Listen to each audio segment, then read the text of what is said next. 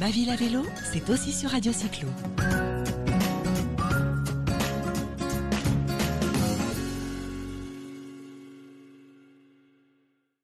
Bonjour à tous les auditeurs de Radio Cyclo, bienvenue et nous avons le plaisir aujourd'hui de recevoir Sylvain Réfaud, qui est coprésident du groupe écologiste à la métropole du Grand Paris et qui surtout pour nous est le président du syndicat Autolib Vélib, donc en charge du Vélib à Paris. Bonjour Monsieur Réfaud. Bonjour Cécile Schubert. Merci beaucoup d'avoir accepté cette invitation. Je commencerai donc j'aimerais que vous commenciez par un petit état des lieux, je dirais, du Vélib aujourd'hui en termes de volumétrie. Le service Vélib aujourd'hui, ça représente quel service?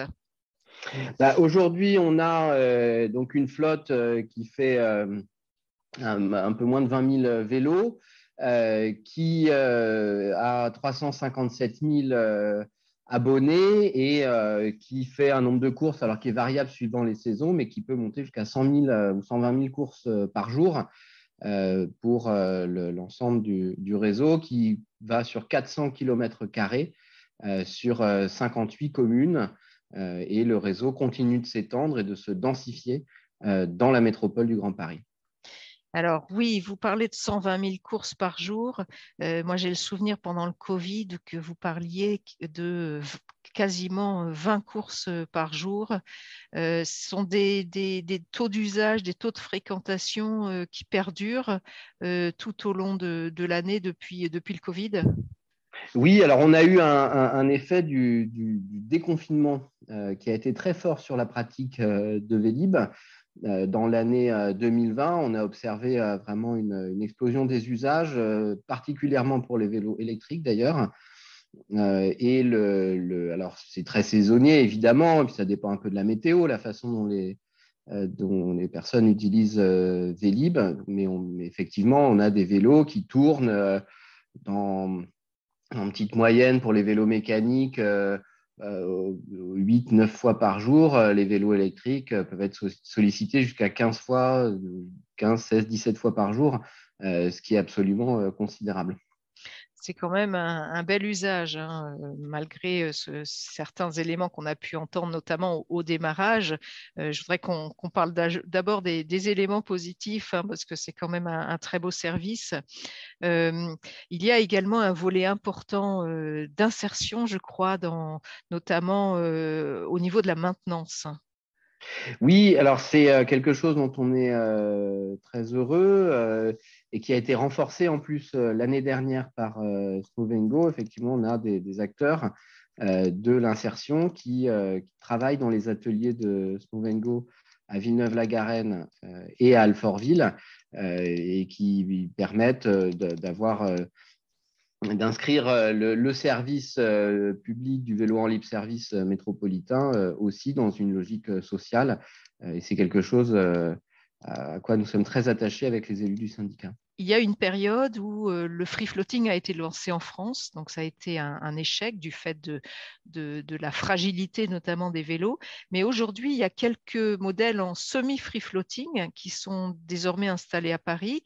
Je ne les cite pas parce que sinon il faudrait que je les cite tous et je ne me souviens plus pas de tous les opérateurs. Mais en revanche, le semi-free floating qui consiste en fait à déposer des vélos sur des espaces dédiés, est-ce que pour vous, c'est de la concurrence ou c'est complémentaire? Comment vous voyez cet autre modèle et éventuellement, comment finalement, est-ce que vous allez maintenir finalement ce modèle un peu lourd du Vélib classique? Les usages montrent que ça marche. Le vélo en trace directe avec des bornes, qui est le modèle de Vélib, ça fonctionne puisqu'il y a énormément d'usages. Donc moi, je crois que le modèle de Vélib n'est pas remis en cause. On pourra parler des difficultés qu'on rencontre, mais globalement, on a quand même des usages qui ont fortement progressé et qui restent à un niveau très élevé. Après, toutes les initiatives qui permettent aux habitants de la métropole de faire du vélo, elles sont bienvenues. Moi, je suis militant, élu écologiste, et donc je souhaite que le maximum de personnes puissent faire du vélo. Et donc, s'il y a beaucoup d'offres, il y a beaucoup de personnes qui font du vélo, eh bien, c'est tant mieux. C'est tant mieux pour nos poumons, c'est tant mieux pour la physionomie de nos villes, et c'est tant mieux pour la santé des personnes qui se mettent au vélo. Et alors également, le fait de cette extension du périmètre du Vélib à des communes un peu plus éloignées fait que vous développez en parallèle également l'intermodalité, j'imagine.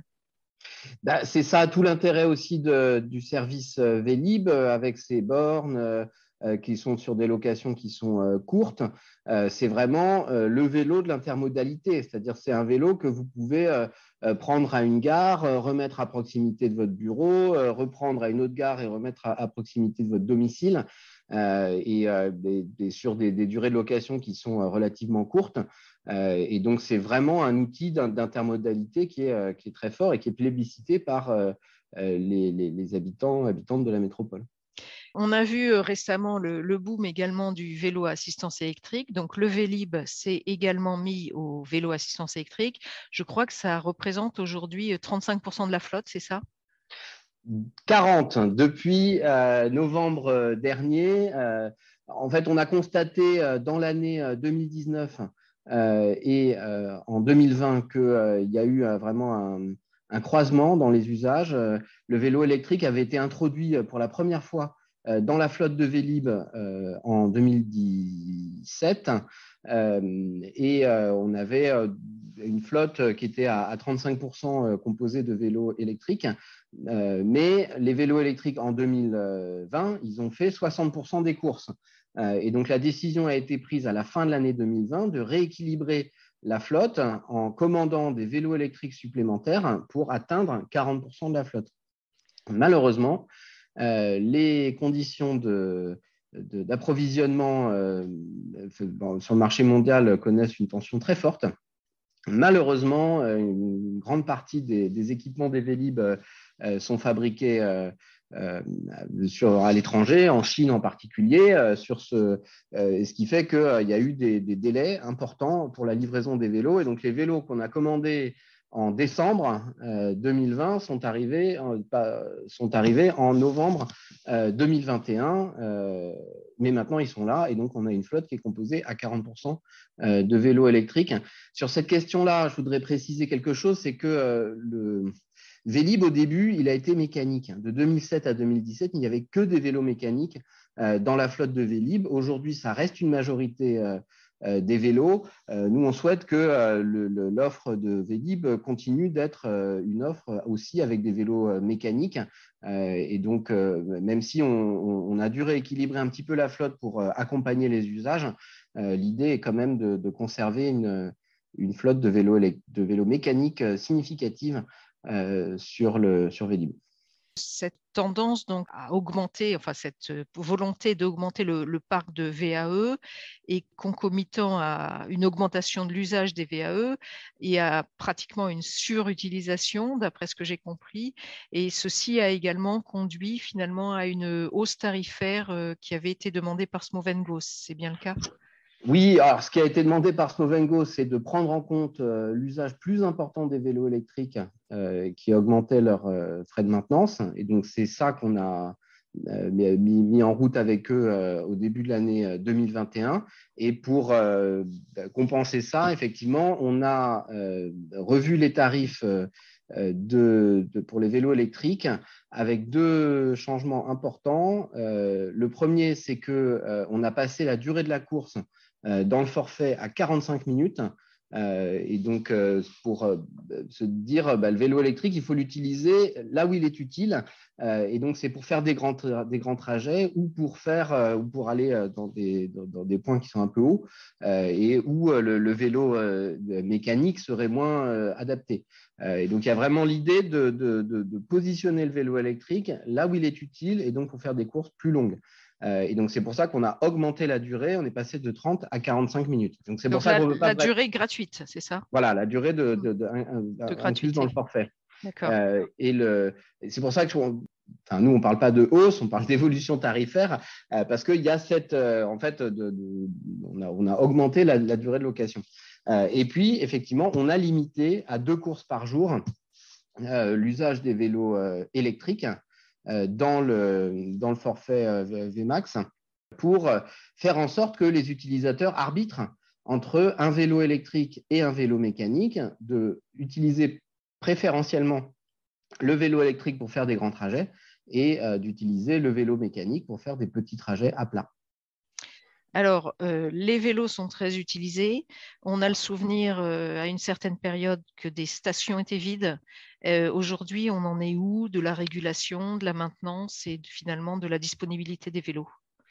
C'est notre débat avec Smovengo en ce moment. Nous, on considère que la flotte n'est pas complète par rapport à ce qui était prévu initialement, et on voit bien que la surutilisation, elle dépend aussi de la composition de la flotte et du nombre de vélos qui sont mis à disposition par rapport au nombre d'abonnés. Donc ça, c'est un premier point. On voudrait qu'il y ait plus de vélos dans la flotte de Vélib'.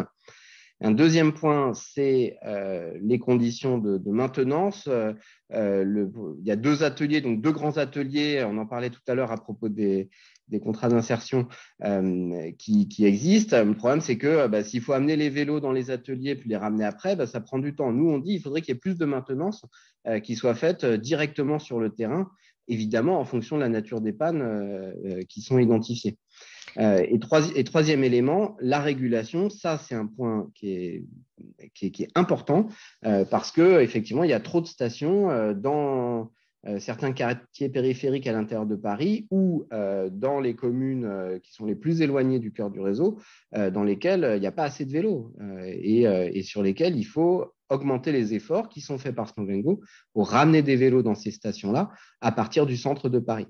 Il y a 2 évolutions qu'on a fait aussi sur les questions de maintenance qui sont importantes.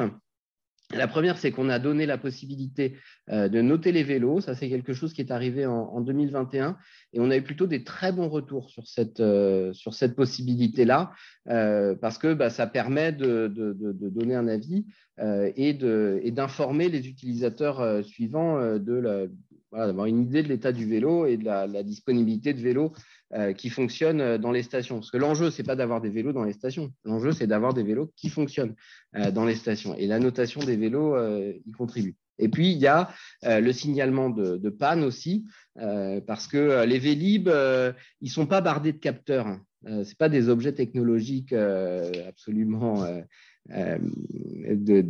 très complet et bardé de capteurs. Et donc, le Vélib', un Vélib' ne dit pas quand il a une roue crevée ou quand il a une chaîne qui saute. Et le meilleur capteur possible, en l'occurrence, c'est l'usager. Et donc, donner la possibilité à l'usager de signaler des défauts, c'est une façon de faire en sorte qu'il soit pris en charge plus rapidement. Et du coup, c'est ça qu'on attend aussi de Smovengo, c'est d'être capable de faire de la détection de panne et de faire des interventions qui soient plus rapides sur les vélos qui ont été signalés par les usagers ou des vélos qui ne sont pas signalés. Parce que vous avez aussi des stations dans lesquelles vous avez des vélos qui restent pendant plusieurs jours, même plusieurs semaines, sans être utilisés par personne. Si personne ne sert du vélo et qu'il est toujours là, à un moment, on peut se dire que le vélo a peut-être un problème. Et voilà, c'est un exemple, on a discuté avec Smovengo un moment, c'est un vélo qui est garé sous un arbre et puis il y a du caca d'oiseau qui macule la selle. Le vélo fonctionne parfaitement, mais juste il y a du caca d'oiseau sur la selle.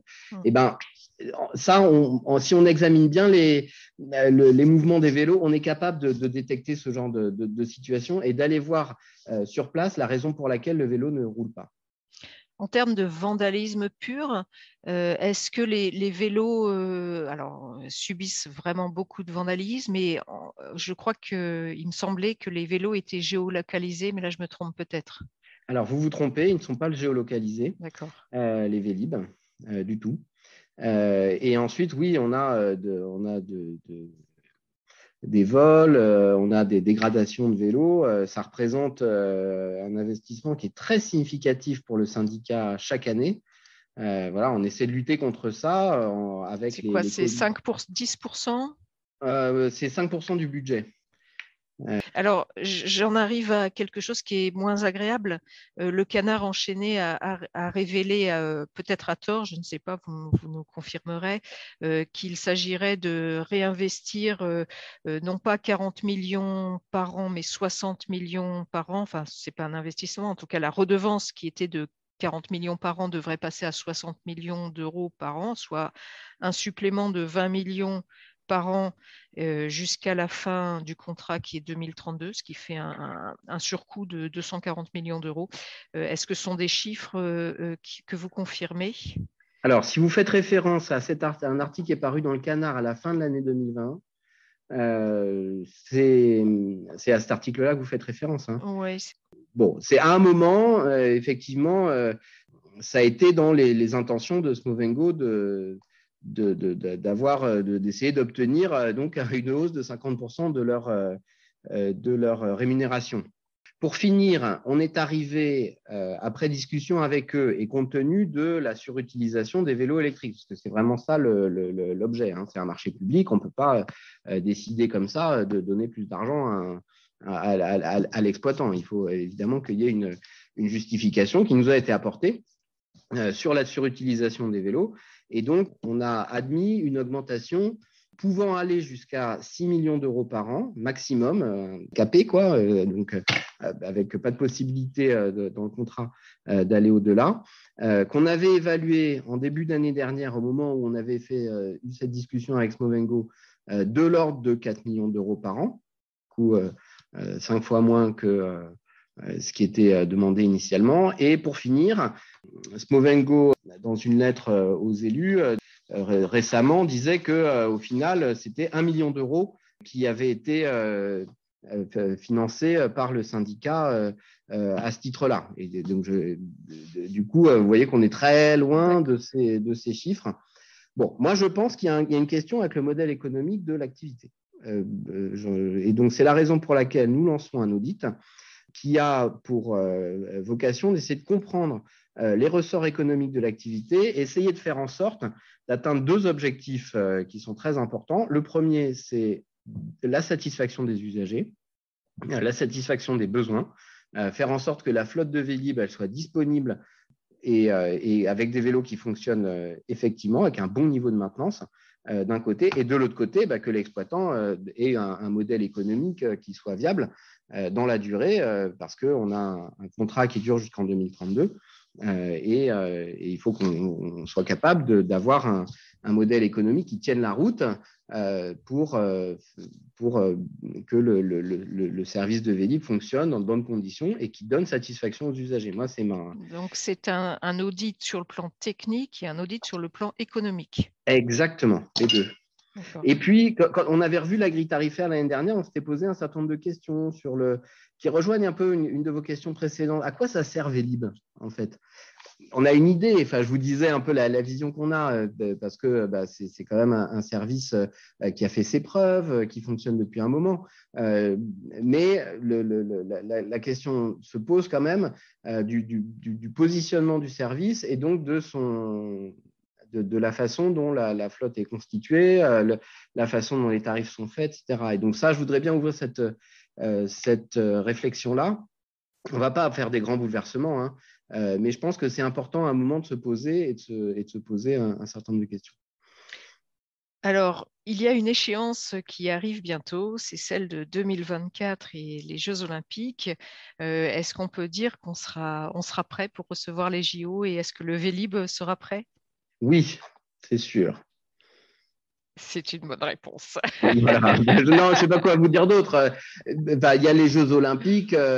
Bon, c'est une échéance qui est effectivement importante, avec une forte visibilité pour Paris à ce moment-là, beaucoup de visiteurs, etc. Après, moi, comme écologiste, je pense qu'on ne doit pas attendre d'avoir des grandes compétitions internationales qui amènent énormément de sponsors comme ça pour faire des choses bien pour la ville. Et donc, c'est pour ça que moi, je souhaite que les choses s'arrangent dès à présent. On y travaille avec Smovengo. Hein. Il y a eu un certain nombre d'éléments qui concernent nos discussions en cours qui sont sortis dans la presse. Mais voilà, moi, mon objectif, c'est qu'on arrive à prendre en charge un plan d'action avec Smove & Go très rapidement pour améliorer significativement la situation de Vélib qui, aujourd'hui, n'est pas au niveau attendu. Très bien. Écoutez, je vous remercie beaucoup pour toutes ces informations, ces précisions.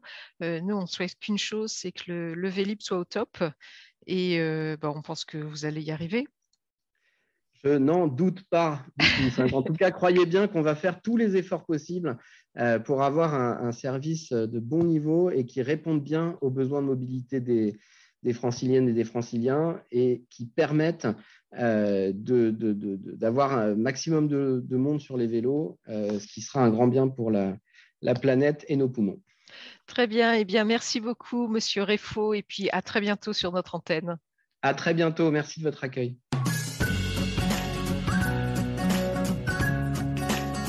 Ma ville à vélo, c'est aussi sur Radio Cyclo.